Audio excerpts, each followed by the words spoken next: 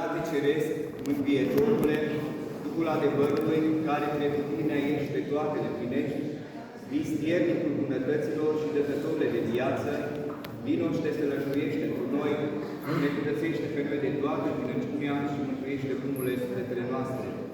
Sfinte Dumnezeule, Sfinte tare, Sfinte fără de moarte, miluiește-ne pe noi.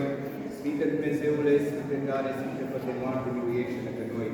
Sfinte Dumnezeule, Sfinte tare, Sfinte fără de moarte, miluiește-ne pe noi. Slavă Tatălui și Fiului și Sfântului Duh și acum și pururea și în vecii vecilor. Amin. Prea Sfântă Treime, miluiește-ne pe noi. Doamne, curățește păcatele noastre. Stăpâne, iartă fără de legile noastre. Sfinte, cercetează și vindecă neputințele noastre pentru numele Tău. Doamne, miluiește, Doamne, miluiește, Doamne, miluiește.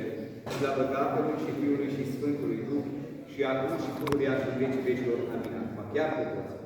Tatăl nostru, care ești în cerul, sfințească-se Padre nostro umano, vie împărăția Ta, facă-se voia Ta, precum în cer, așa și pe pământ.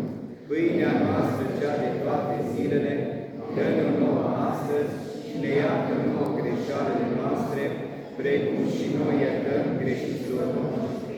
Și nu ne duce pe noi în ispită, și ne izbăvește de cel rău, că Ta este împărăția și puterea și mărirea a Tatălui și a Fiului și a Sfântului Duh. Amin. Domnului să ne rugăm, Doamne, miluiește!